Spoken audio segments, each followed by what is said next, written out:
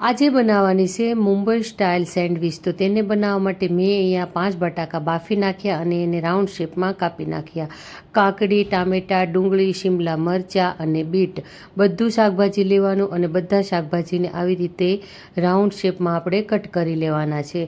તો હવે આપણે અહીંયા બ્રેડ લેવાની, બ્રેડમાં લીલી ચટણી લગાવવાની એક બ્રેડમાં અને એક બ્રેડમાં માખણ લગાવવાનું અને જે શાકભાજી આપણે રાઉન્ડ શેપમાં કટ કર્યું છે ને એ આવી રીતે ગોઠવી દેવાનું। એક લેયર્સ થાય એટલે ચાટ મસાલો અને થોડુંક મીઠું ચાટવાનું, ફરી આપણે બીજું લેયર્સ કરવાનું, ફરી ચાટ મસાલો અને મીઠું ચાટવાનું, જેથી કરીને સેન્ડવિચ છે ને એ મોળી ના લાગે।